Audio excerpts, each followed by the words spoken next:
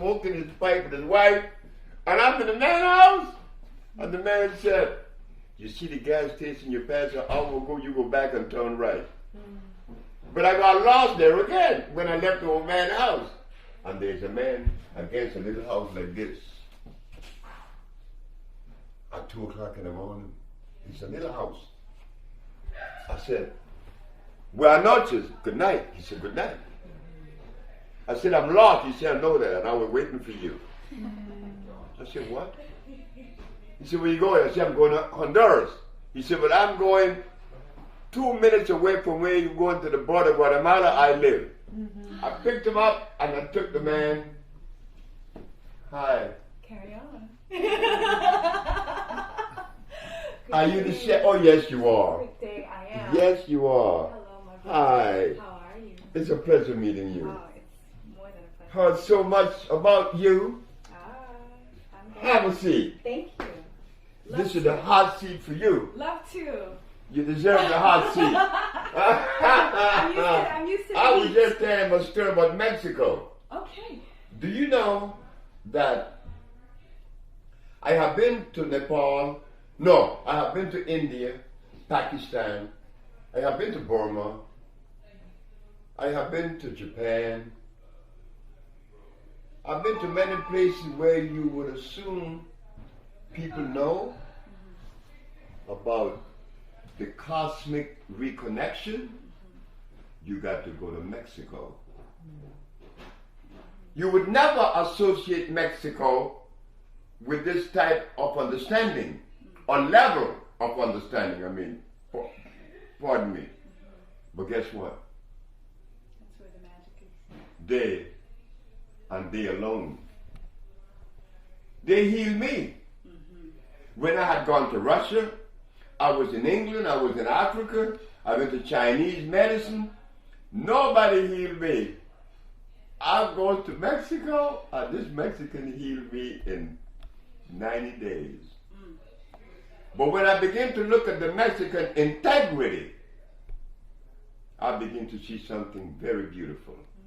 Something that I never seen anywhere in the world. And I'm going to give you a taste of it. There's a man selling herbs. But he's bare feet, like I am. Bare feet. But it's drizzling.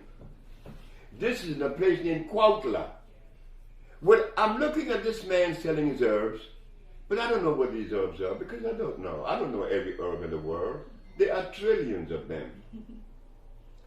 I said, sir, what herb is that? He said, that is Tila trompetia. And what's that for? He said, that is for crazy people like you. I said, but why am I crazy? He said, because your license plate says California. and this is Cuautla, Morelos. Where are you going? I said, I'm going to Honduras. He said, that's not the question. I'm asking you, where are you going in life? Because I'm a Mexican. And I don't even know Mexico City. And you left Mexico City yesterday. I said, yes, I did. He said, that's why I said, you're crazy. I said, well, he said, that's right. You got to obey nature. I said, yes, I have to. So he said, I asked him, how do you know that this herb is good for crazy people? He said, because it has a lot of oxygen. I said, but how do you not have a lot of oxygen? He said, I'll show you. He took a glass of water, he took a handful of the herbs, and he put it in the water, and in 2 seconds, blub, blub, blub, blub, blub, blub, blub, blub, blub, blub, blub, blub, blub, blub, blub, oxygen. Wait. The herb is good for crazy people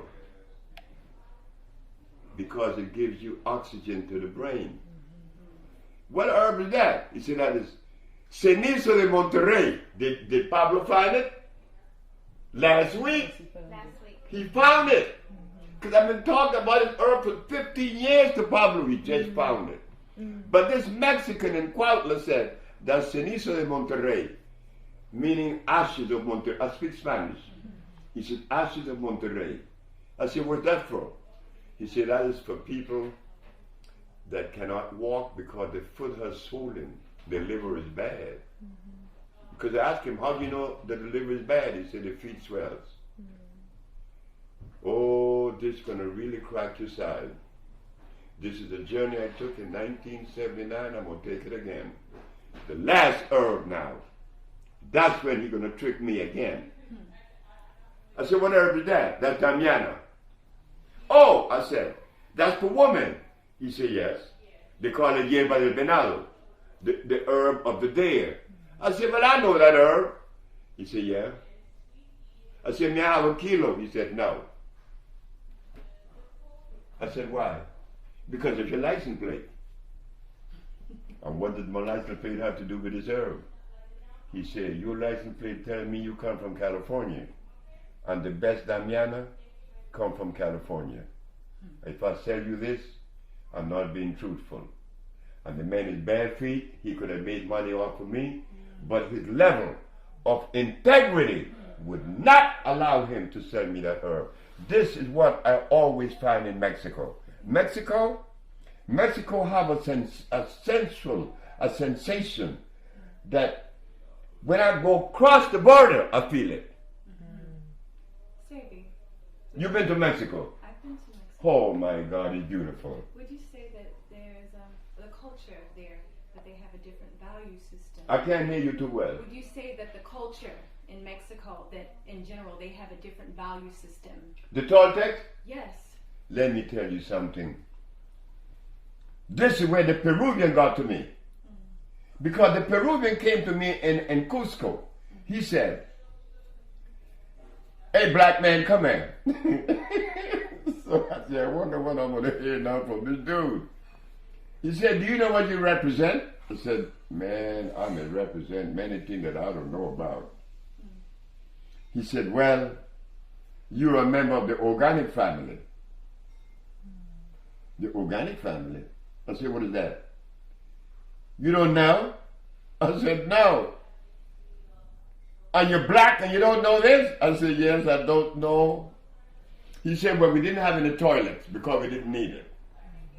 Because all we ate was alkali food, or even our fecal matter was clean, like the elephant. You put it back in the soil, it's biodegrade. But when you have a toilet, you're going to pollute the planet. I said, oh my God, the organic family. Then, are you aware of Ubuntu? Sounds familiar. The blueprint for human prosperity, which started in Africa many thousands of years ago, and this white man just found it, Ubuntu. He said, oh my God. The banking system came and destroyed Ubuntu. So when you talk about the Toltecs and the Olmecs, or you talking about some ancient society that lived by the laws of life, it is from the Toltecs that I learned the usage of the teosinte. The teosinte is a plant that you're going to experience in Honduras next week. It's a plant that they use to make tamales instead of corn. Corn is a hybrid. Corn is extremely dangerous. The Toltec use teosinte. I love Mexico. Like the pyramids of Mexico in Teotihuacan, they are 4 times larger than one in Egypt. But the Mexicans don't go around boasting that. Because they're very humble. They're very humble people. They are beautiful people. And we should really get closer to them. Me, because I speak Spanish, oh, they just jump all over me. And I love them. I love them. I love them. I get more love in Mexico. Oh my God, these Mexican people. Her daddy, when he first came to see me, she brought him. She dragged the nigga by force, came to see me. And he started making fun of me. Because Mexicans make fun of life. They don't live life in that serious place. No, everything is beautiful. Yeah, I love Mexico. I'm going back. I was speaking about the Spanish culture recently and their value system and how you see their families always together. That's right. You see them proud with their wives and their children, and they are not consumers on the level that we are consumers. And they don't value things, they value family. That's right. That's what I told brothers. I said, look, what's that Mexican? He got the baby. Right? He always have the baby in his arm. And then, if you take a Mexican and pay him $10 an hour, and you take a brother with the same family members, $10 an hour, that Mexican going to do more. Because his wife is not going to stress him. She with him. They value that family unit. It's important. And it is important. It is important. But it shows love. It shows love. Let me tell you something. They wiped me out in February last year. When I went to my shop, there was nothing in there. Wow. My wife, my manager, my daughter, the manager's daughter, and everybody else wiped and took everything away. Wow. A business that I had now for 15 years. Pablo, the Mexican, said, "What you gonna do?" I said, "Well, I'm gonna take my tail and put between my legs and I'm gonna roll over and play dead." He said, "You out of your mind?" Called Jenny. That's a Mexican. Jenny came. "What's wrong?" I said, "Well, they took out everything." She called her mom and borrowed some money and told me her computer. That very day, this one showed up. Your nano showed up. "What happened?" I said, "I don't know." Your nano showed up with her boyfriend. Said, in a car. And I'm looking at this girl. I know she was like Ethiopian, but she came to buy something. You came to buy, right? And it's clean. Guess what your nano said? "I want to help you." Your dad would drive from San Bernardino to LA, which is about an hour and a half for free working for me. Then came her. Wow. These two and Jenny and Pablo, and we started business all over again. Beautiful. Now the business is like, wow. Beautiful. How many people work there now? She's number one, you see her number two, Jessica number three, Brenda number four. Who is number five? Beatriz. Beatriz. Beverly number five. Sonia. Mario. Valeria and Kevin, right? And what about the other Jenny? Jennifer. Jennifer. See? Yeah. So how many of you are there now? 11? Or 10? 10 of us. 10. 10. Running. But these two started it. But when she came, when Jenny hired her, I said, "I wonder why Jenny hired her." She's so fragile, so small. But when she opened her mouth and started talking, I tell her phone, I said, "Oh God, I better shut the fuck up." You see, you messed me up. This one here, she came in there like she knew everything from the start. But that's that African behavior. I told her one day, "You being an Africanist to me, girl?" And she did. But she's good. She's good at it. She's very swift. She's very fast. She's fast too, but she's shy. This one isn't. So you have all these various expressions of human beings. Yes. And it's so beautiful, girl. Yes. I love you guys. Where are you from, sister? I'm from Eritrea. I was thinking Eritrean, Somalian, something, right. Ethiopian. And you are from? I'm from California, but my parents are Mexican. Rainbow. I'm from Oklahoma. And you, where you from? Oklahoma. Oklahoma? Yes. Yeah. My family is Choctaw. The first time I came in contact with a plant that I hated, this low down plant, and boy, that plant come back on me one day. I have this hate-love relationship with certain plants, and this was one of them because I was growing with it. Burdock. You got a lot of burdock in Oklahoma, and it stick on you, right? A lot of burdock, a lot of wild berries, persimmon, wild persimmon. Oklahoma got everything. Yeah, I grew up with my grandmother also. That's me. And I was living on her land with my grandfather where we grew everything. And so growing up now, I'm 35. You're 35? Yes, sir. Wow, you look much younger. Thank you. But I had an affinity for the taste. I knew what food tastes like. you know, when I got older and I tasted the McDonald's and all of the processed Kroger Mart food and the regular, you know, conventional things, I knew what food's supposed to taste like because my grandfather grew it and I helped him in the garden every year. So my grandmother would send us to bake pies out of the berries in our yard or the persimmon in our trees or the pears in our trees. So I understood what food's supposed to taste like. So for me, it was very, I felt the ancestral call when I heard your message and listened to you talk about indigenous food, Aboriginal foods, talking about electricity and how we're connected to the sun as a people of the earth. And I understood that these 4 elements are the simple ways in which we can maintain our health, just returning back to nature. Very, very simple. And your message Everything was simple. Yeah. And that's what I think resonates. I want with to taste your everyone. food. I want you to taste it. I brought some I callaloo. want to taste your I food, said, I wonder girl. if Sebi would come into the kitchen with me and, you know, we may make some callaloo. But I brought you some callaloo. Callaloo? Yeah. Guess what? Mm-hmm. Michael Jackson took me to Hawaii, right? So Michael, he's famous. I'm not. I'm just another nigga there that nobody knows about. So I'm driving the car all through Maui. But I love Maui, girl. Maui's pretty. I gotta go back to Maui. Maui is nice. Guess what I saw? I saw callaloo growing thickness like from this wall to this little wall here for miles and miles and miles and miles. Wow. And the only person in Maui that's eating the callaloo is a Jamaican from Montego Bay. Wow. So I asked him, I said, hey, how come nobody eating the callaloo?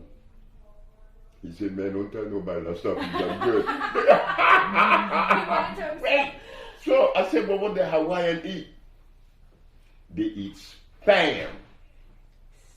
Do you know that the U.S. government, that company, Hormel Meat, they make spam special for Hawaii. You're kidding me. And yet they got callaloo right there. You know about callaloo? I know you bad, girl. Oh, I love callaloo. I know you are bad. Callaloo is one of the most nourishing substance there is on the planet. And you want me to tell you something about callaloo? Do you know that in the Caribbean, callaloo seeds made a fool out of me? Amaranth? Callaloo made a fool out of me right in New York. I'm going to show you. In my very wise years, I used to grow wheatgrass. And an old lady came and said, you're dumb. I said, oh God. Mrs. Harleman, why did you say I'm dumb? Because you're dumb. You using that wheatgrass, that's wheat. That's acid. I said, oh shit. I got rid of wheat, right? So when I'm in New York, I noticed that callaloo growing all over the place. It grows in New York and Philadelphia and New Jersey. It grows here. But what the callaloo gonna show me that it would not show you in Grenada, in Trinidad, or in Barbados, or anywhere else but United States? Around November, the latter part of November, look for it.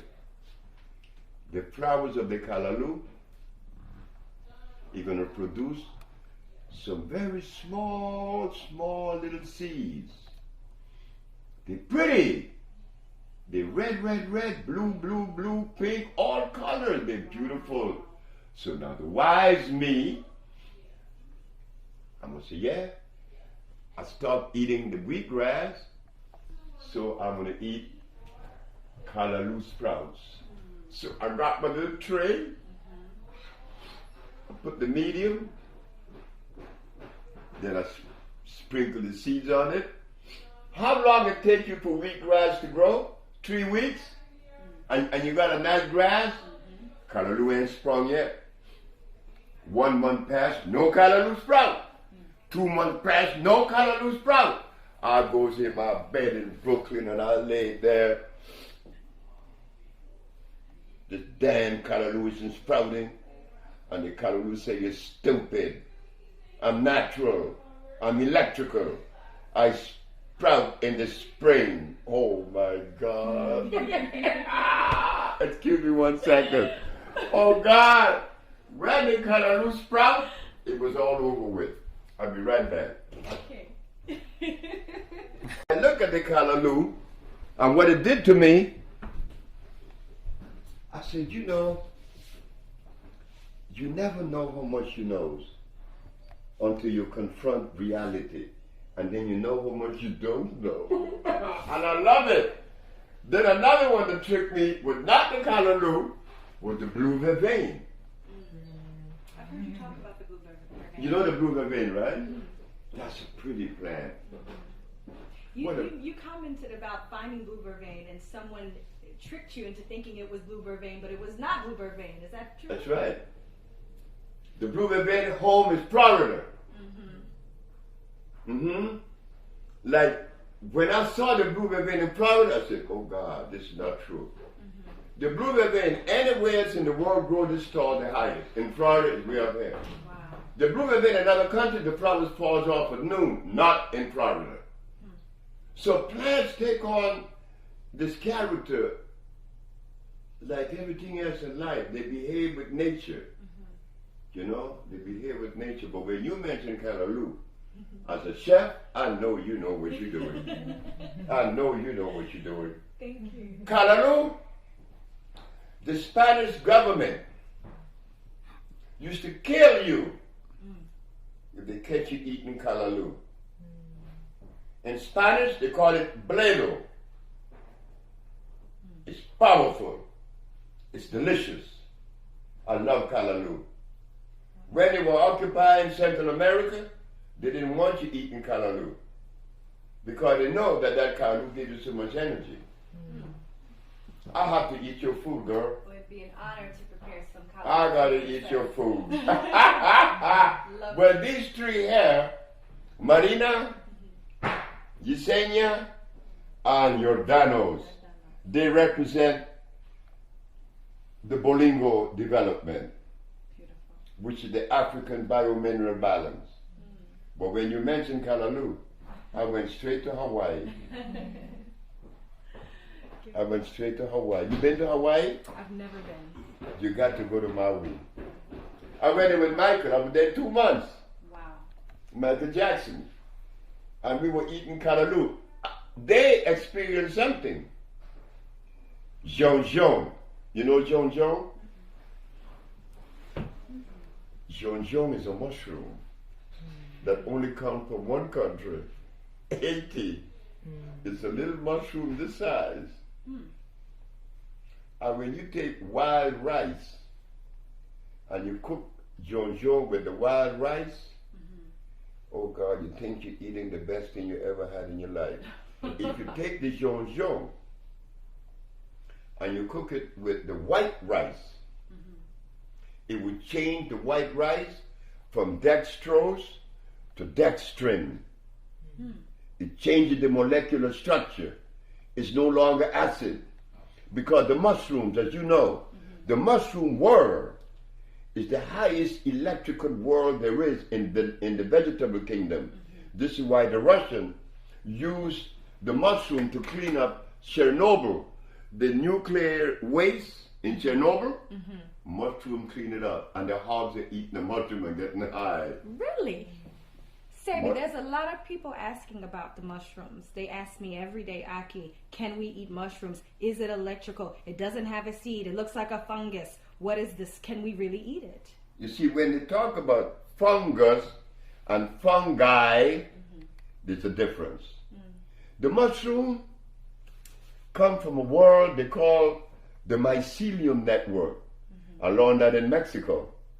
The mycelium network is a network that grows about a foot under the top of the soil. Out there, just a foot under. It grows like a web, spider web, and when the ozone level is right, they spring up. There is an ant in Brazil. He's a stupid ant. The ant knows the strength and the power of the mycelia. And he eat it anyway. But the mycelia are going to trick the ants. Because when he eat the mycelia, the ant's going to die. But the ants find his way all the way up to the top of the tree, and his head bursts open, and the mycelia uses him to spread himself throughout the valley. Wow. They recorded that, and that was strange. The mushroom world is the most electrifying world. Even outside of growing in the sun, they grow in the dark, yes? How is that? The shrooms, they grow in the dark, right? That's right. So how are they absorbing sunlight? What was the question? The shrooms, how are they absorbing sun? They don't need that. They come from a different arrangement altogether. When I ate the mushroom the first time was when I loved the devil. I loved the devil. And the mushroom did that. You know, for you to stand up in front of an audience and say that you love the devil, you better have some nerve. Boy, are you crazy? So I said, Mama, I said, why don't you eat these mushrooms? She was in Florida. So I gave her some. My mama locked the door. And she was in there for about 20 hours. And when she came out, guess what this woman gonna tell me? Son, I said, yes, Mom. Do you give this to all your patients? I said, no. She said, you should give them this before you begin the treatment. Look at her. My mama saw stuff. My mama saw herself being born. I gave it to a white boy named Preston Barrett. I charged him $200 for the treatment. Barrett gave me $4,000. So when I ate it, I was in Chicago. And I saw the devil. And the devil said, why you go around telling folks you love me? I said, because they told me that God made everything. And that everything God made is good. The devil said, you low down. You tell that to the Christians that always run away from me. I'm God's best friend. I know that. Satan. You push people to God. Say, why aren't you afraid of me? I said, well, God, if God is my Savior, why should I be afraid of you? That happened in Chicago, in that park on 48th Street. Look, these mushrooms are dangerous. Look at that. And Africa. Africa has some from the Congo. They're purple. When you eat them, you will see tomorrow. These mushrooms are so powerful. Look, we could tell you stories. I want to hear your side. I want to hear my side. I'd love to tell you some of my experiences, maybe off camera, with that. But I want to inquire about something that I think maybe you also have come into contact with, and that is ayahuasca. If that's something you would be open to discussing. Are you familiar with the plant? You mind if I ask you a question? Sure. What sign are you? Pisces. Pisces? Yes, sir. You low down. What date? February 23rd. The what? February the 23rd. The 24th? Third. First? Third. The 3rd. 23rd. 23rd? 23, yes. I have a little girl. Okay. She's 3 years old. Oh, wow. Her mom is crazy. Her Okay. mama is out of her mind. I mean, she got to be out of her mind. I'm with Pablo in the mall in Honduras. This little girl, 23 years old, came up to me and said, "Are you Dr. Sebi?" I said, "Yep." She said, "You know, I've been watching you for months. And I don't know why I want you to be the father of my baby." I said, "You're crazy. How old are you?" She said, "I'm 23. I said, "I'm 77. I said, "I could be your grandfather." She said, "I know that. Not only you could be my grandfather, you're black, you're old, and you're ugly." But I still want you to be my baby's father. So what you gonna do? I said, I don't want no baby with you. So I walk away from Pamela. Pamela insisted and insisted and insisted. And one night Pamela got pissed off and came to the village for the first time. Came in my hut and said to me, I want you to tell me what is wrong with me that you don't want to make love to me. And she broke me down and we made love once. She got pregnant and she was the happiest 23 years old. And when she was pregnant,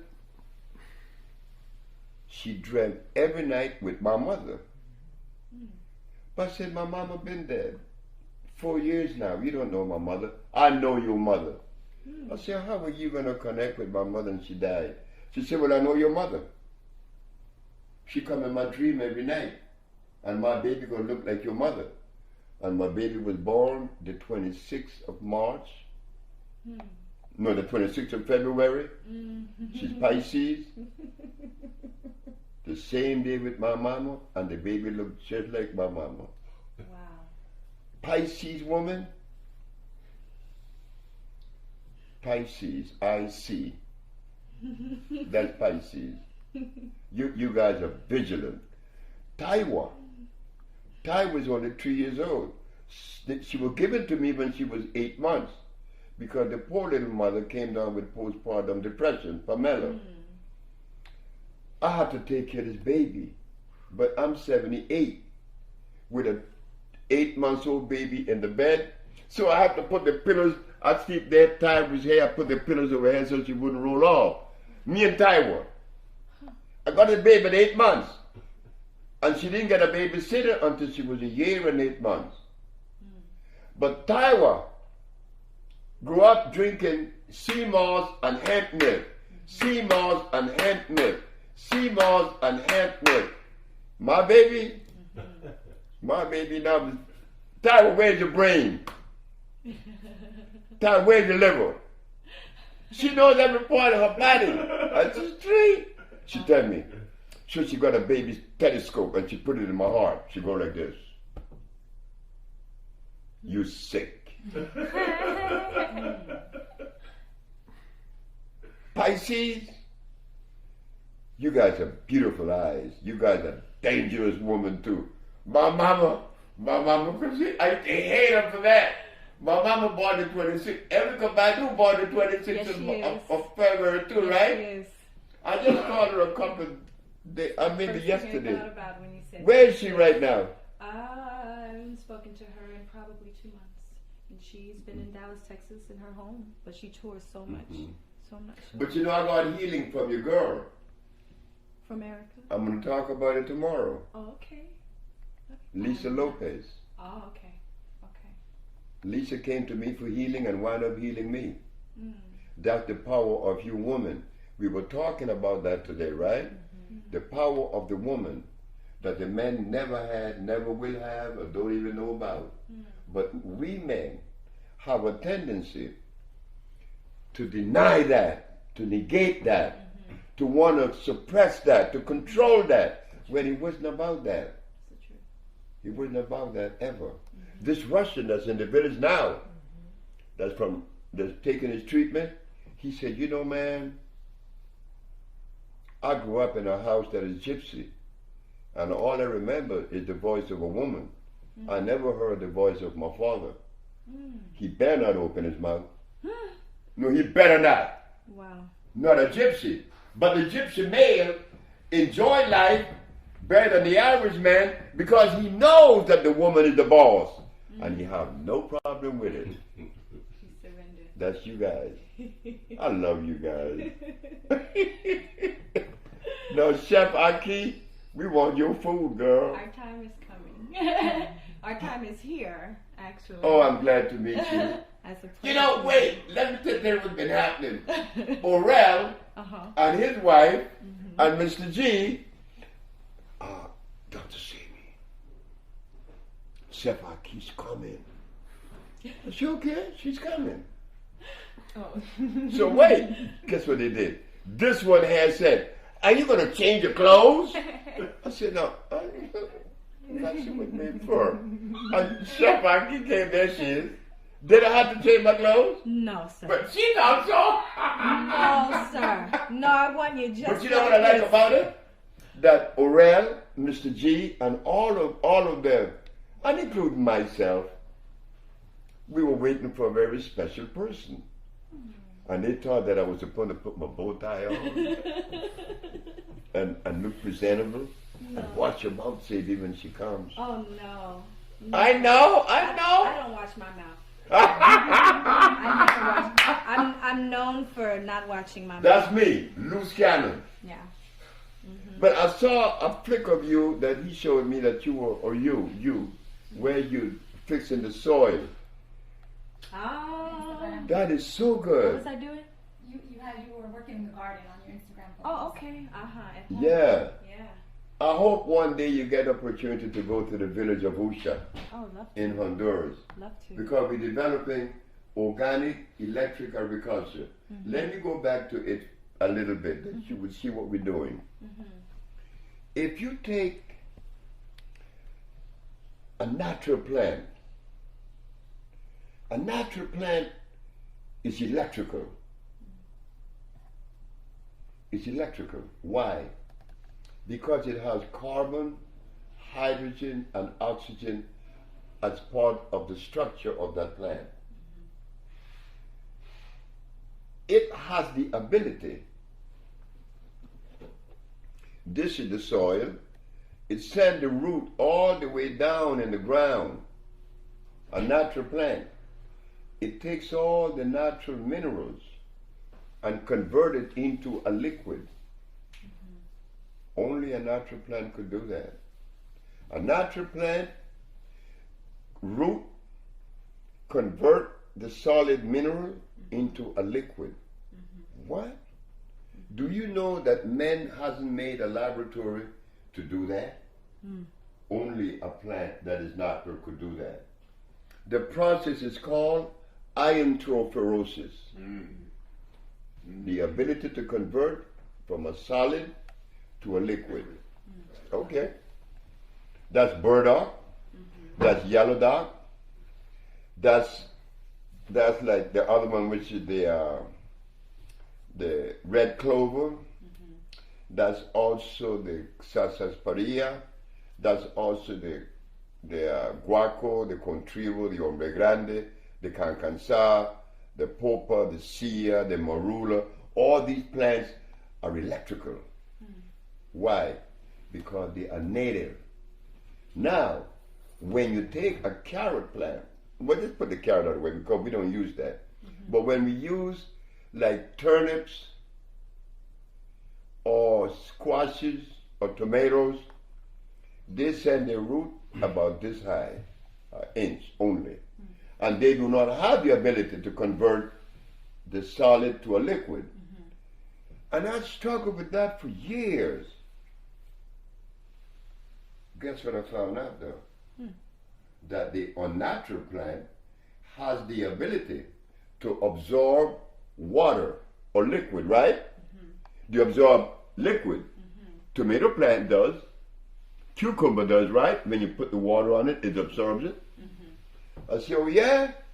So what I would do then is get the plants that are organic and electrical and deionize them by boiling them and pouring that electric liquid as a nourisher for the tomato, the cucumber, the okras, and you get a product that when you eat it, you say, oh God, I can't believe this.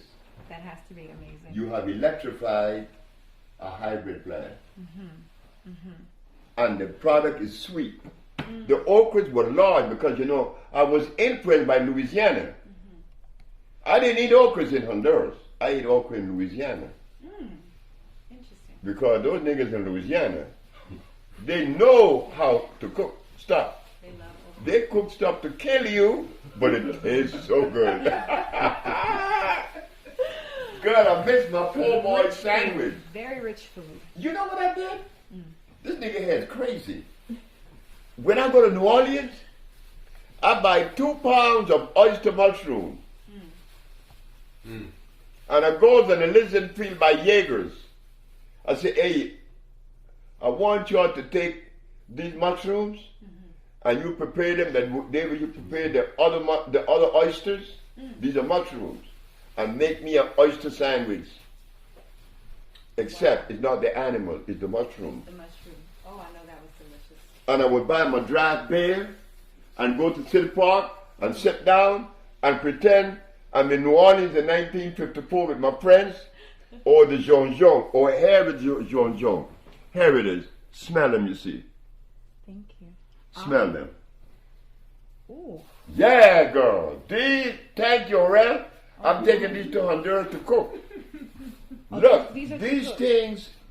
Oh my goodness. These are very good. These are like nourishing. You had them before, right? Jean Jean is powerful. Almost. Like if you made an oil with it. Oh my. It's very strong. They're strong. Sheesh. I was with Michael Jackson when there's a woman in Orlando, Florida. They came in the room and she's talking English, but the English is kind of broken. But she's very light skinned. Looked like white. I said to her, where you from? She said, I'm from Morocco. Oh yeah? How many languages you speak? 5? She said, yes. Because everybody in Morocco speaks 5 languages. Everybody. Kids, 5 languages, no less. Wow. I said, where you from? She said, I'm from Haiti. I said, you know Jean Jean? She said, yeah. I said, could you cook me a pot of Jean Jean? She did, and brought it 2 days later. Michael Jackson ate half the pot by himself. This stuff is so delicious. Wow. Oh God, Jean Jean is delicious. So we learn every day, right? Yes. We learn. We learn every day. But I'm glad to meet this grand chef. Oh, Chef Ahki. I'm more glad to meet you, and it's so timely because I'm just now Like about everything to. else.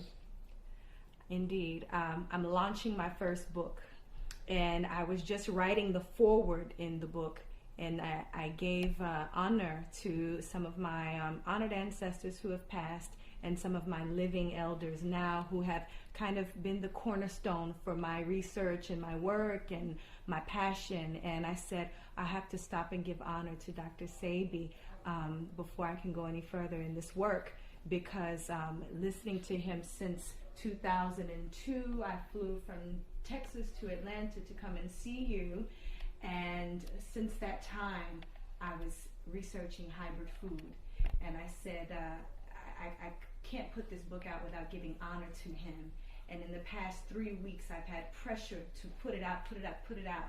And when I heard you were coming, I said, okay, this is why this hasn't happened yet, because I have to see my elder before I can release this book. And to let you know that your work has spearheaded a movement with young people all over, and that indigenous cultures all over the world, Native American women like myself, my Native family, my Cree family, my Seminole family that I'm very much in contact with, I'm teaching them about indigenous and Aboriginal foods, and as well as a lot of the Hispanic brothers and sisters and the Eritrean brothers and sisters, the young people. We are getting the message, and we're teaching the young, and we're moving that message forward. So we honor you.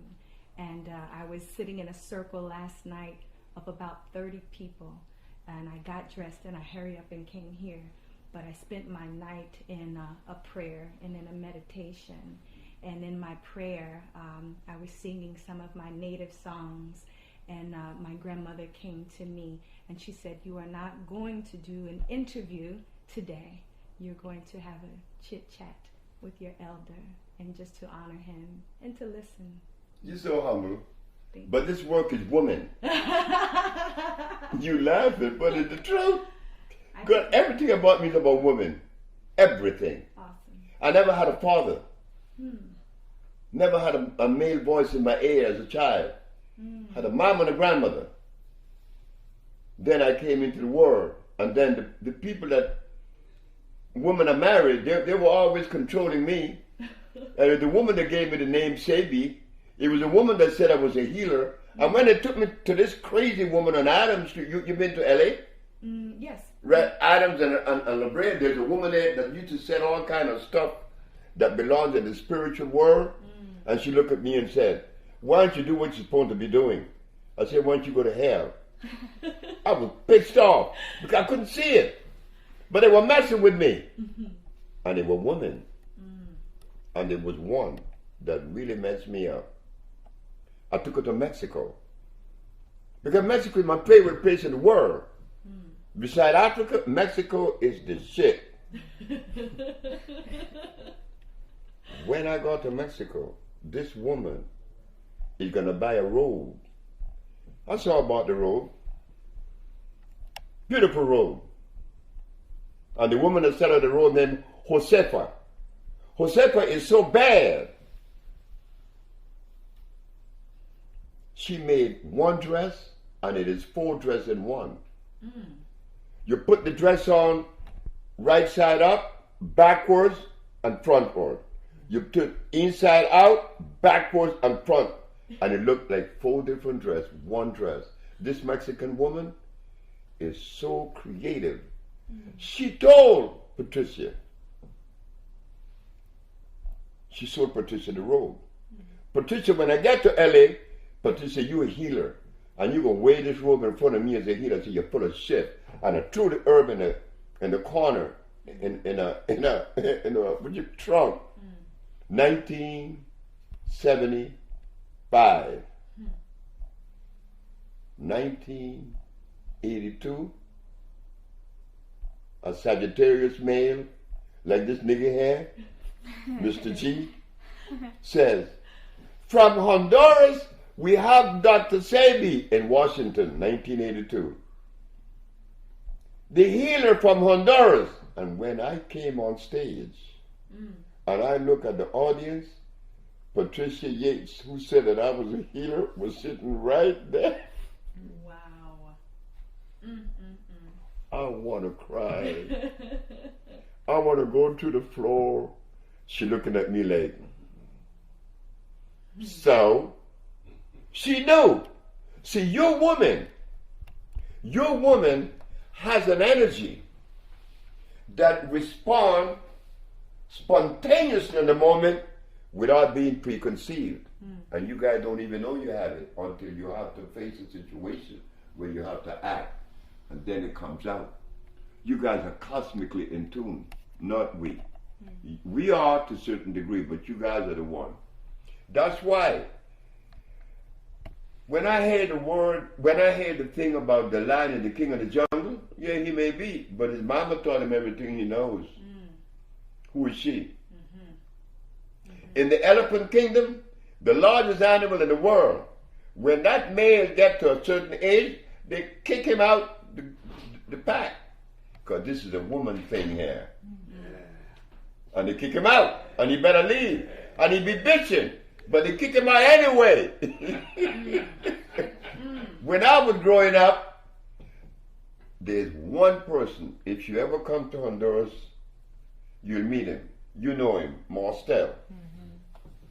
He's the only one alive that I grew up with.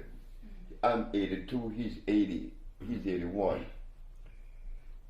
Miss Gambo, Miss Marin, Miss Wright, Miss Phillip, that's my grandmother, Miss Roulette, Miss Patterson, Miss B.B. Simmons.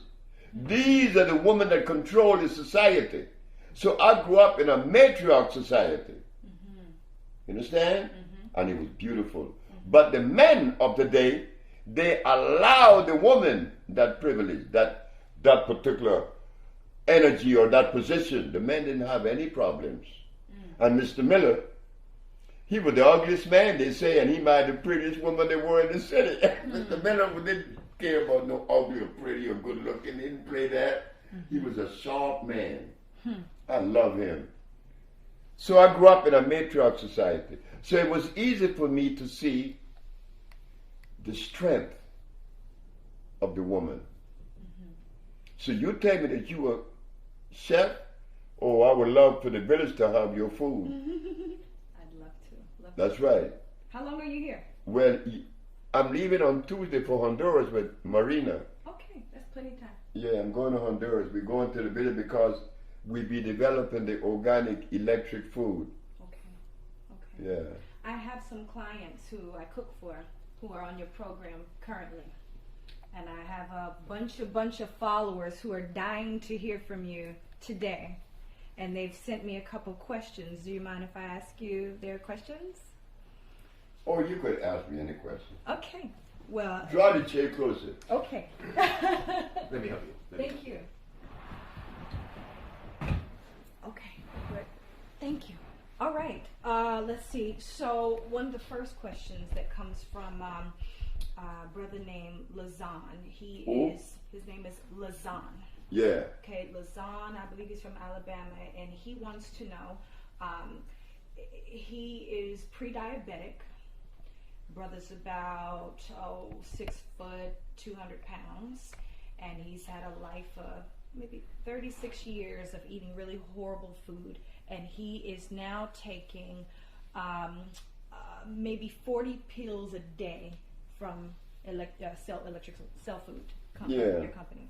And he wants to know, is there a way that he can take all that liquid and put it into his water and drink it that way, because he's overwhelmed by all of the pills and all of the liquids every day, the AM, the PM, all of the pills. He's diabetic? He's pre-diabetic. Huh? He's pre-diabetic. Pre-diabetic. Not exactly yet. Almost. But he doesn't have to do much, because we have had people to come with diabetes up to 600. 4 days, no more diabetic. Oh, wow. No more diabetes. Okay. He's pre-diabetic, meaning he could change his diet. Okay. Liquid, yes, he could do what he said, providing it's all natural. Okay. So if he's taking, say, some of the electrical elixir, the liquid compounds that you provide, he wants to know if he can, instead of taking 1 teaspoon of 10 different liquids, he wants to know if he can put it in his water and drink the jug of water that way. He could do that. He could do that. Yes, he could do that. He was afraid of mixing the compounds. Yeah, he could do that. Okay. That was his question. Second question. Got a sister who is also on your program and wants to know, is it better for her to do completely raw, non-hybrid food diet, or cook vegan foods is just as well for her? Raw foods and cooked foods. There's a little boy in Washington, D.C. His name is Abu Bakr.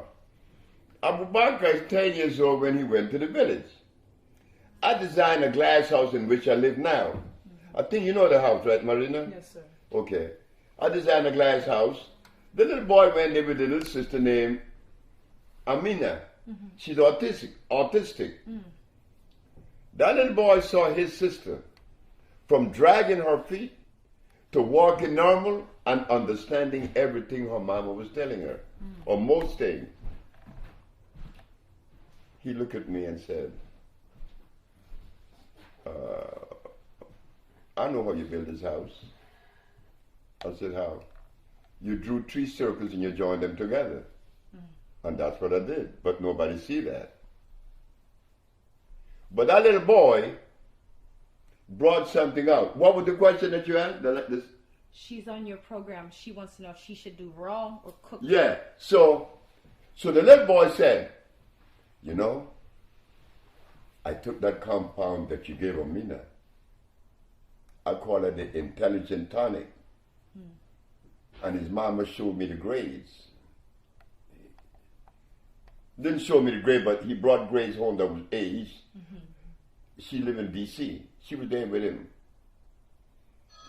What I saw was this, that this little boy is seeing the benefit of all of this, but everything that I gave them was cooked. She went, wait just a minute now. It is said that if you eat something raw, it will be better than cooked, because when you cook it, it loses its energy. Not so. Never that. If you take something raw, like Brother ARIS, Brother ARIS used the sun-fried food, but he got turnips, he got carrots, beets, but these things are hybrid. Whether you cook them or you eat them raw, you're not going to get any benefit from them because they're hybrids. But if you take something natural, like the teosinte, which is a plant that's natural, you cook it, you get energy. If you don't cook it, you get energy. Why? Because anything that's natural has energy, and you cannot kill energy. It's displaced from one state to another. Gotcha. So it doesn't matter. You could take something natural, a natural root, and you could eat it raw and you get the energy. You could boil it, you get the energy. You could burn it to an ash and grind the powder and you put it in water and you still get energy. Gotcha. As long as it is native. Geology call that native plants. Because the plants, like carrots and beets and turnips, they grow through the process of photosynthesis. Not a natural plant. He's photovoltaic. He's electrical. He's come on a different category altogether. So yes, if it's natural, you could eat it raw or cooked, you're going to get the same amount of energy. If it's unnatural, if you cook it or not, you're not going to get any energy. Wonderful. Okay. Next question.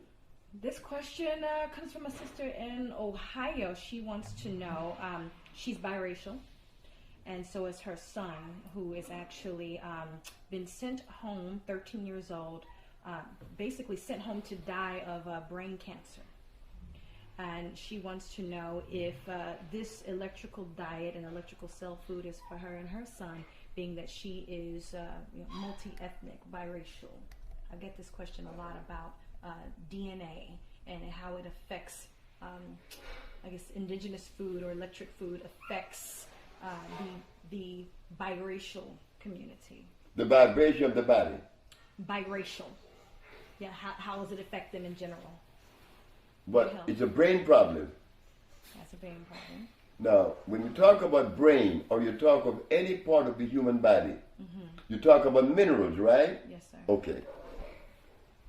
I learned this from your brother, Benjamin Banneker, the man that built the White House and many other things. If someone want to run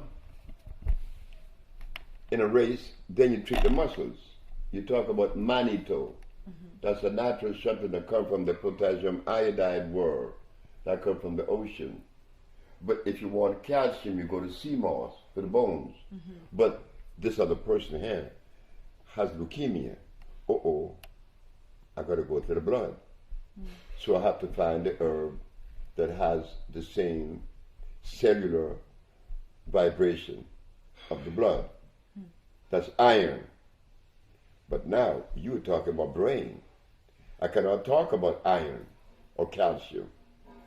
I'm going to talk about what? Carbon and copper. That is what the brain is made of. Carbon and copper. So the minute that someone talk about brain or any part of the human body, you already know what mineral to associate it with. But copper and carbon has two expressions. You could go to the mine in Oklahoma and find copper. But you go to a plant and find copper. Which one you want? The plant, because it has carbon, hydrogen, and oxygen, and copper. The copper by itself is a protoplasmic poison. It's what you call an oxide. You see, every mineral on the planet, there is a plant that represents that mineral. Like gold, there's a plant that has gold. There's a plant that has silver. There's a plant that has iron. There's a plant that has phosphorus. And there's a plant that has sulfur. So we get the composition, we get the plant that has the composition of what? Carbon and copper. No, carbon and copper, right? And you got it. Yes, we do. Okay. We have something for that condition. Wonderful. And how does it affect the body? It doesn't affect the body. It assimilates because it is one. They're both electrical. The human body is electrical. The plants are electrical. There is chemical affinity. That's it. Gotcha. Okay, thank you. Last question. I was recently asked to be a part of a documentary I think you're familiar with called Urban Kryptonite. What? Urban Kryptonite, food documentary. I believe the last one had Queen Vita, ARIS Latham, Dr. Ali Muhammad, a few other people. I was recently asked to be a part of this next documentary, Urban Kryptonite. And I asked, I said, I saw the first one, where's Dr. Sebi? Why isn't he in Urban Kryptonite film? This is the film that is supposed to enlighten our community on health. And they said, well, he declined. Is what? He declined.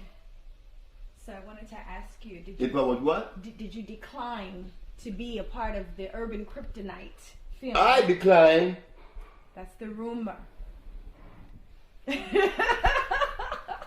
Chef Aki's here to get down to the bottom.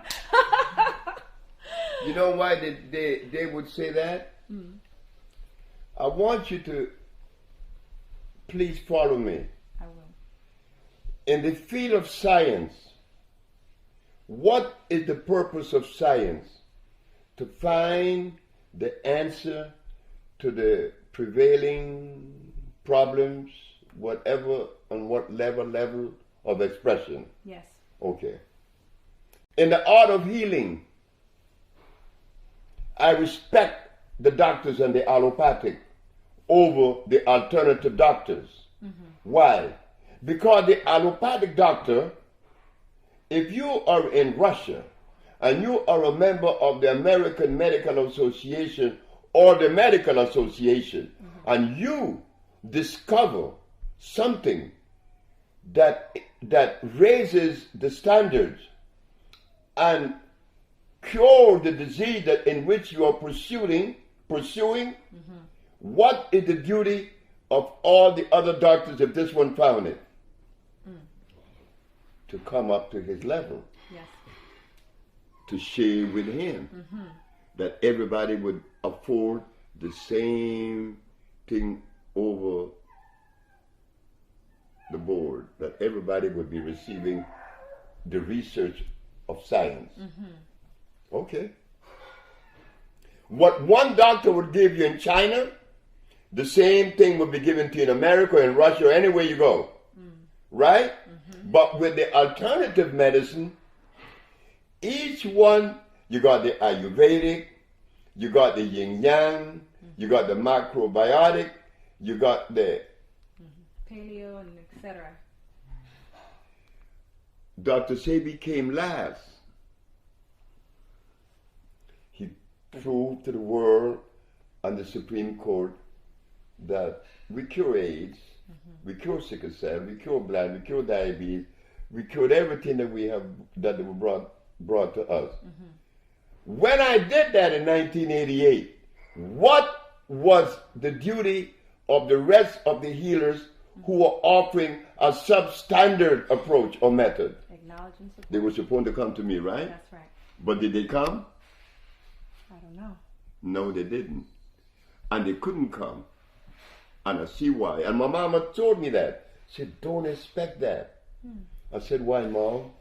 Because they've been practicing for 20 plus or 30, 40 years, and they're going to come to you admitting that they were wrong? Are you out of your mind? I said, oh, shit. So they say that I declined. The kryptonite said that. Only because I know for certain that my platform, the African Biomineral Balance, eclipsed the American Medical Association, the FDA, and the judicial system. They are not offering what the African Biomineral Balance is offering. They're not. So if they had invited me, there would be no kryptonite. They would have to bend to the standard that has been set. I didn't set the standards. I didn't raise the bar. Nature did that. You did that, the black woman, not me. Everything I'm doing is only an expression of the black woman. And they never would understand that because the healers in America, 10% are men. But the people that I learned from, they were all women, except for the man that healed me. So they would say, in protection of themselves, he declined. Why would I decline if I have something to share that is so valuable?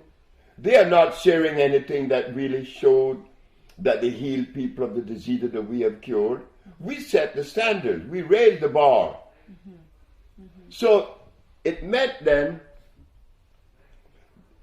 if they, the healer, had come to Dr. Sebi, Dr. Sebi would be compelled and obligated to share with them the latest research, and we got it. But it didn't come. But I'm glad it didn't. Why? Because I'm going to give it to who it belongs to. Indeed. It belongs to you, the woman. I'm glad that it didn't come. But I didn't decline that. No. Thank you. But that was okay. Because, they look at me and they criticize me. Dr. Ali said some very ugly things about me. And that was okay. Because he had that right. He's part of a group that I remember 50 years ago that indulges in literature. Healing is not about literature. Healing is not about science. It's about a reconnection to the vibration of life. And they have not visited that particular place because they're still offering golden seal, aloe vera. They're offering soybeans. They're offering echinacea. They're offering garlic. And these things are deadly. So when Dr. Ali said things about me that he said, well, I didn't feel bad because Dr. Ali haven't cured the disease that we have cured with the African biomineral balance. So why should you give him any energy? He's talking. We're not about talking. It's not about talking anymore. It's not about condemning. It's not about finding faults in anyone. I had to stick my neck out in their favor, but they thought that I was doing the wrong thing. When I placed the ad in the papers in New York, AIDS has been cured by the Usha Research Institute, and we specialize in cures for diabetes, sickle cell, lupus, herpes, blindness, paralysis, impotence, cancer, and others. We meant that. When I went to the healers such as Dr. Ali and Dr. Dick Gregory and Dr. Kanya and Dr. Phil Valentine, when all of them knew about this, they didn't support me. They ran away. Why? Because the Attorney General, Mr. Robert Abraham, said, I got the biggest mouth in New York in jail. And when I'm through with him, I'm going to put him under the jail. I heard the Attorney General said that Wednesday. On the Thursday, I'm supposed to take 9 patients to the Supreme Court, proving that I cured these diseases. I took 77. Wow.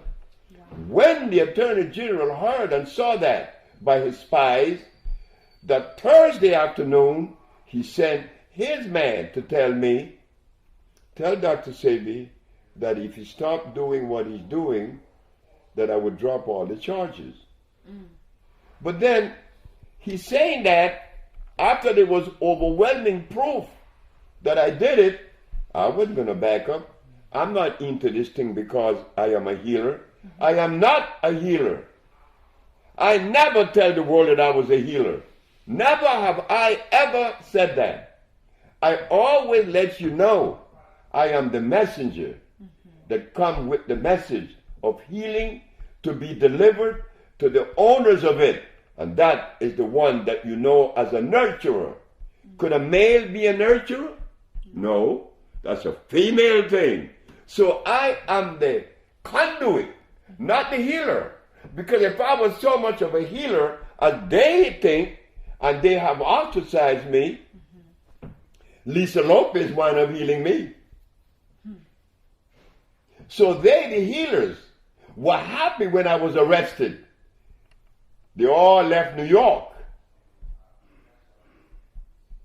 And when I won,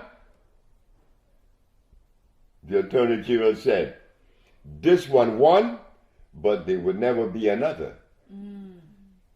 Now, these healers that exist today in America, and I am not going to hold it back, it is the truth. Which one of them have healed the disease that we have healed? None of them. So why aren't they sharing that research? Because they are ashamed. They are embarrassed to know that they have been healing or presenting themselves as a healer for many years, and they have not healed those things. But the healing that I come with, again, came from women. I'm not ashamed to say the truth. I'm not the healer. I'm something else. I want to be a musician. And the nigga want to be a musician. But nature said, shut up. You're going to bring this message. So now I'm delivering the message to you sisters. Right now, we got Sister Marina, we got Yesenia, and we got the great Jordanos. And there will be some more that we're going to select to be part of this healing journey. I'm not a healer. I'm the messenger. So, Dr. Ali, poor fella, he got to keep on talking. And he will keep on talking. And I've been around for 47 years doing this. And all the people that I remember were talking, they're still talking. And they will continue to talk. I don't like to talk. I like to do things. Right now, we are on the Bolingo development, the $200 million project. Health centers throughout the United States, Caribbean, and in Africa. We can develop a cereal out of the natural banana. They call it the chata ceniza, which has no starch. We can develop a coffee that has no caffeine, that's good for your kidneys. We can develop a whole bunch of other things. Right now, we have to develop the organic electric agriculture. So you see, they who were saying that I declined, they have to protect themselves. They didn't ask me. They are not telling the truth. They're not exhibiting the level of integrity that they should. You don't do that. You don't do that. I would never say anything about anybody in America, and I have never said anything about anyone in America that would demean them, because it isn't necessary. We got some work to do. Indeed. Thank you, sir. And it's beautiful. But I'm glad I met you. Do you know Lauren Van Der Poel? Yes. Good friend. You know Lauren? Yes. She's another one of you. Yes. Yeah. Yeah, definitely. Yeah, beautiful. She's beautiful. Beautiful. She could cook. Oh, yeah. She made a soup one day. Oh, God, what a soup. I want to try your food, though. Oh, I can't wait. Would you be able to go to the village one day? I would love to go. Well, you're welcome. Years. You're welcome. Thank you. Love because Marina's going on Tuesday with me, and I promise that these sisters that work in the office in LA, starting June, each one would take a week off and go to the village. Each one, that they would experience the village. They have to. Wonderful. Yeah. Wonderful. Oh, it's so beautiful meeting you. Oh, it's beautiful meeting you. Oh, yes. So when are we going to try your food, Chef Ahki? I'm thinking I need to come and make sure I feed everyone before I leave, or before you leave.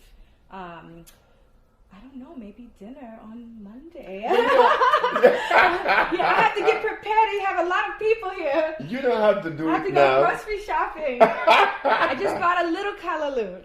But you bought some? I brought you some today. You bought some callaloo today? I did, yeah. I Oh brought my you a God, bundle callaloo is I stuff. brought you some. Hey, you know something? Orel came in here. You know, it's something about you women and us brothers. A brother that become in tune with sisters, he's very careful and he's very protective. I had my dope there smoking my weed. Guess what Orel did? Orel wife see my shoes? The shoes was over there. She moved them over there so you wouldn't see them. I love this. I'm relaxed, Sebi. I know you are. Very relaxed. I know you are. Oh, You're yeah. a beautiful lady. And then Bina, Thank you. Pisces. Yes. Yes. Oh my God, Yeah. that's my favorite sign. That's my mama. Oh, okay. My mama was a Pisces. My little baby's a Pisces. I look just like her. Yeah, it's a pleasure meeting you, Chef Ahki. Pleasure meeting you. Now I could smoke my dope. Yeah. Go for it. You know, look, Chef, look, this man here, you know how I met him? Through my daughter. Really? Okay. My daughter is 20 years of age. Okay. She came up to my room. She said, Dad, you have to meet Mr. G. I said, who in the hell is Mr. G? Oh, you got to meet him. I said, why do I have to meet him? You got to meet him. This is what he did. And when I saw what Mr. G did, I said, oh God, Mr. G came. I said, you a bad motherfucker. That's what I told him. Didn't I? Yes, sir. But guess what? Everybody in Honduras that know Mr. G love him. Oh, wow. They love him. They love him because he's beautiful.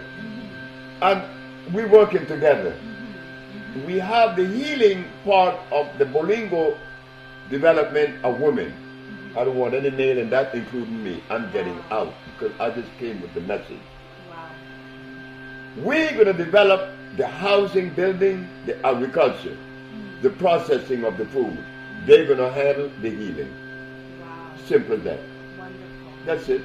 Wow. And we're moving on, girl. I got to go to Ecuador now. Okay. There's a man came from Ecuador that interviewed me, Johnny Guzman. I speak Spanish fluently. So I'm going to Colombia, Ecuador, and Peru. Then I have to go to Africa because the president of Tanzania was with me, Kikwete, and he wanted me in Tanzania, and I need to go there. But I also was in Guinea, where it is mysterious. Chef, this is powerful. This is powerful. There's a thermal water in Fulamori, Guinea, that has minerals that were never recorded by the geologists. Oh, wow. And when I drink the stuff, I could tell you stories.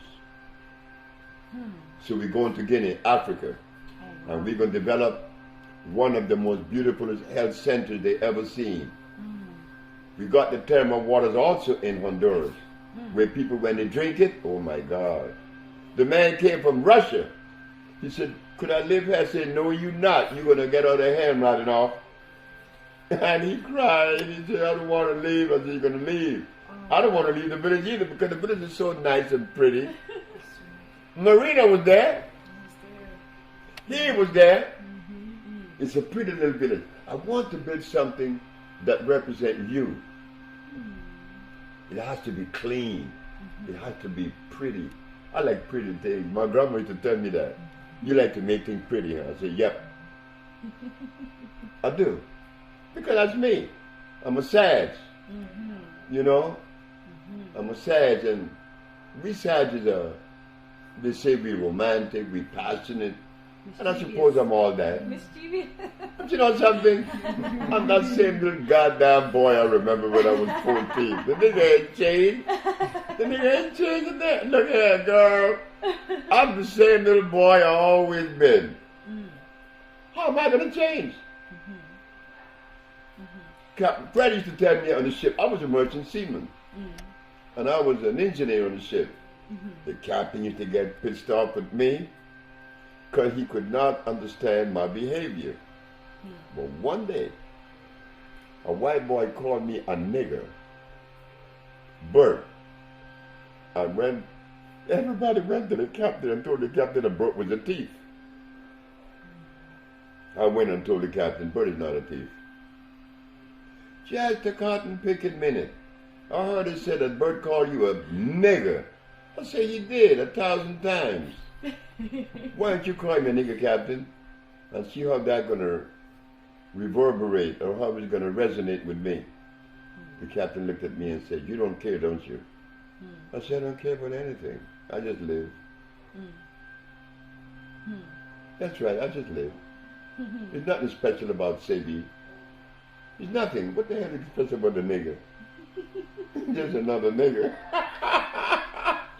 But he was given a mandate to carry out, and I'm doing that now. And I'm glad that I met these women, but there's another one named Ashana that you're going to meet.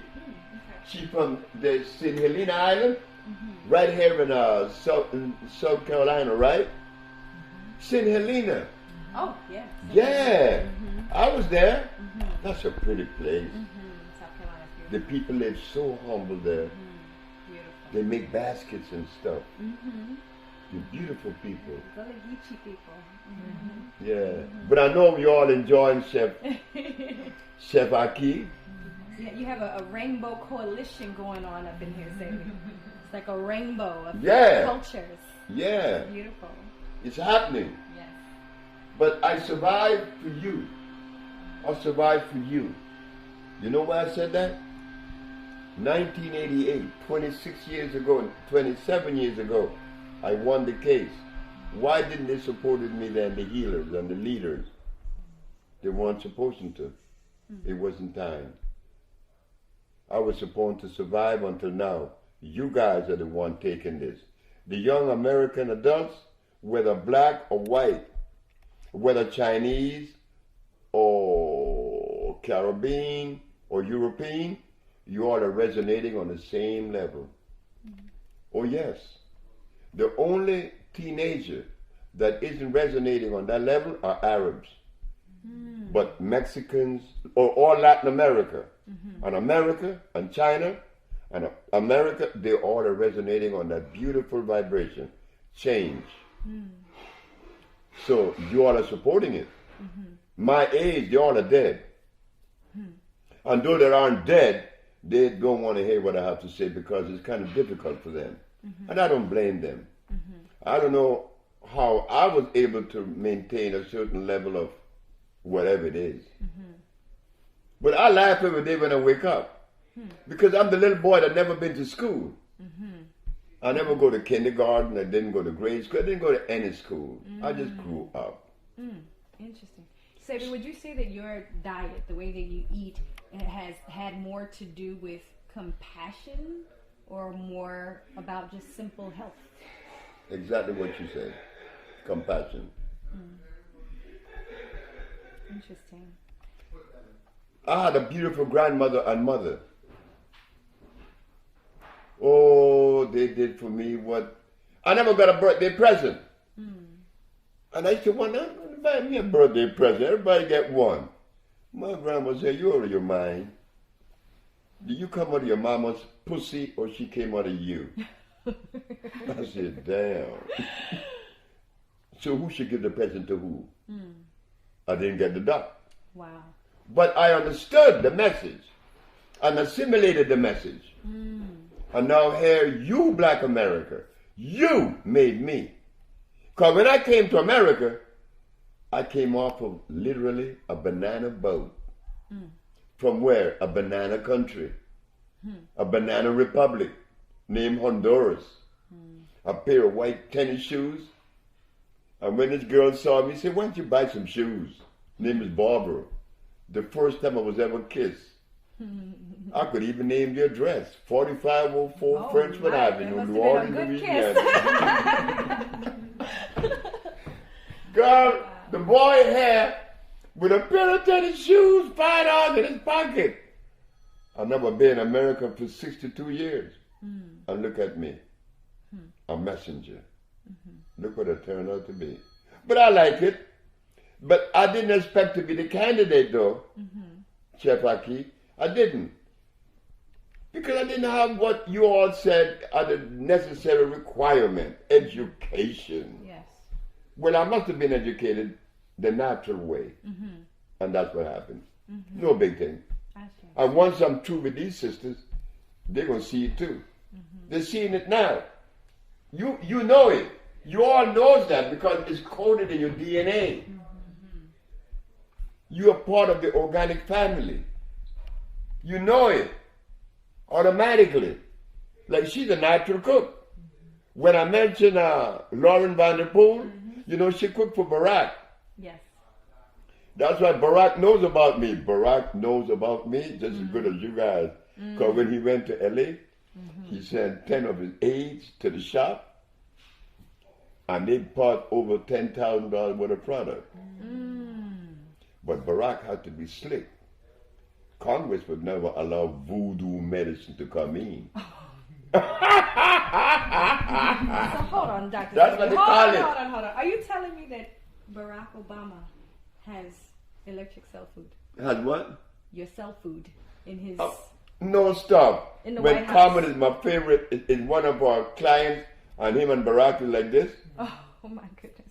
And 10 of his aides came to me in LA. You know Barack had it. Wow. You know he had it. Amazing. But I was telling Marina, you know, of all the things that we have to offer, and I'm happy to see that the people being cured. What's the name of that? They were showing me something one day recently, the little boy in England that had the things on his face. I don't recall. Come on now, they send it. His mom's name is Ruby.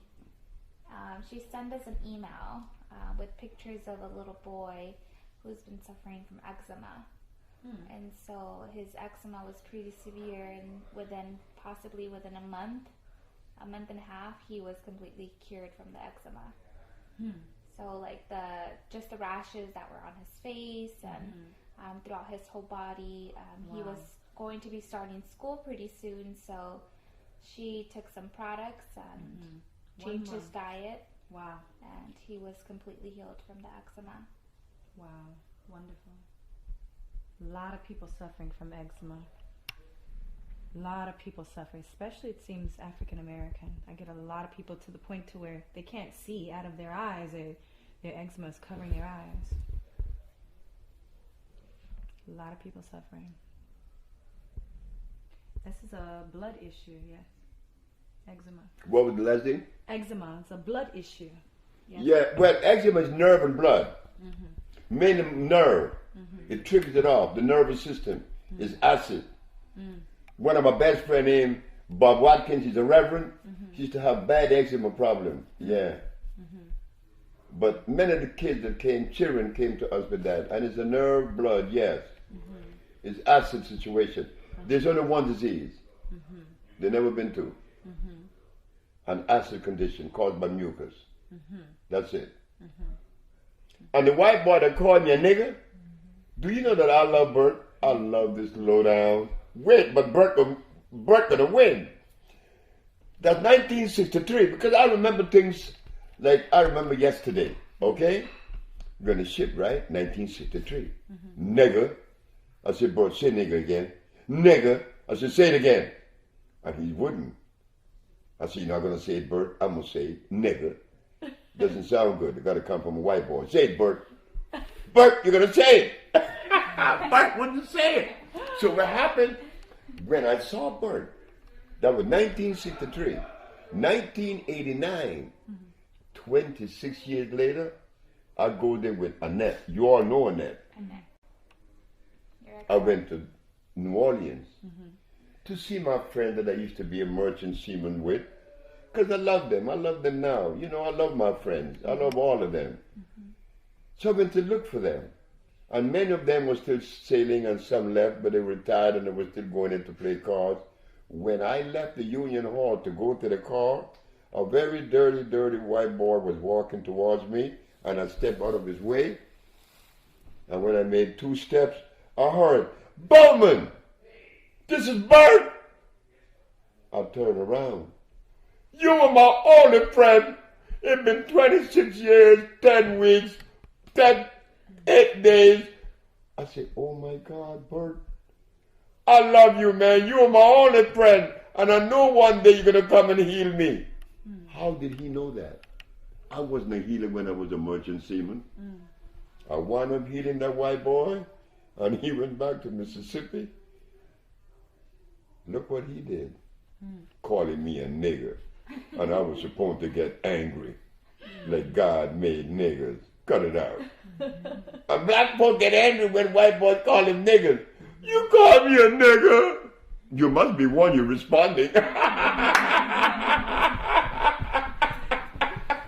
Sebi, do you remember when the movie The Secret Life of Plants came out? The what? Secret Life of Plants? I remember that. Do you remember? Was it a big What you deal? mean? That was in L.A. Were you excited for this film? No, because it didn't come out with the truth. Tell me what you think about that film. I didn't think anything about it. So you don't believe that the scientists were connecting these plants to these electrodes, and they were talking to each other and all of this, and you know. The plants are connected to life. They are electrical. But there's no such thing as the secret life of plants. Because if it was a secret, I wouldn't know the little bit. I understand. Good You soundtrack, though. Oh, I love knowing you. You know, I met Erica. She's one of you, too. Oh, yeah. We lived down the street from each other for 15 years. I met Erica. I met her in L.A. She came to visit me. You met her, right? No. You never got to meet Erica. Oh, my God. And she came there 2 or 3 times and you were never there. She cooked me some greens. Oh, she did? And you brought She some likes greens to cook. now. Yeah, she loves greens. She loves to cook, too. Oh, yeah. I know I'm going to eat your greens out. This is beautiful. I'm glad you came. I'm glad I met you. It's a pleasure. It's a pleasure. But your person looks much better than the picture. Really? That's Yeah. good. She looks smaller and more something. Maybe the picture didn't do you justice. Oh, well, thank you. Thank you. Yeah. Thank you very much. Well, I'm glad to meet Chef Ahki. Well, I'll tell you. Because you are It's a pleasure. my man here, Mr. J. Oh, look. She's special. I said, I know she's special. She's a black woman. Oh, this is beautiful today. Where my dope? This is and all of the revelations that were coming to me before coming here. And one of the things that stood out to me in ceremony and song was that shaman said, "We take time to sing for the salmon people, because there are people up north now fighting for our relatives in the oceans all over the world. The people, our family, our relatives in the oceans are being murdered day after day after day, and they're begging for our compassion so that they can live with their families too. And that we are not looking at animals and plants as our relatives. You know, we're not honoring their spirit. And so this is a song that was to honor the spirit of the salmon people, the water beings. So it went like this.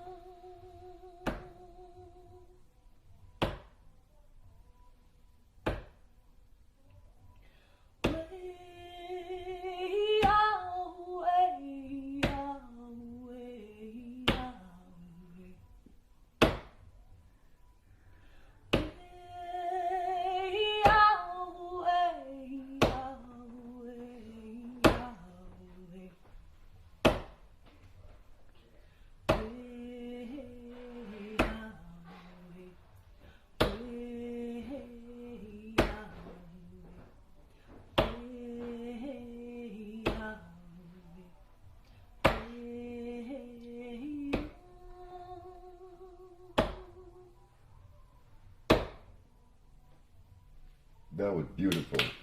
Yeah. Yeah, that's beautiful.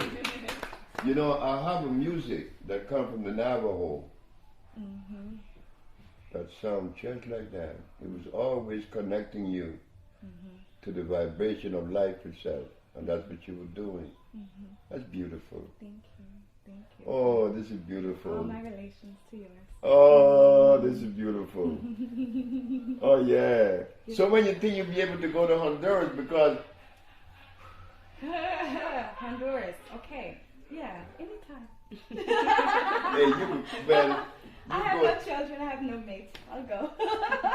well, we going on Tuesday, right, Marina? And there are a lot of people there from all over the world, from Russia, from China, from Hong Kong. Wow. I had this man from Hong Kong. I said, how do you know about me? Say, the internet. Hey, this is Chef Ahki, and you are tuned in now to my family, Dr. Sebi's Organic Family.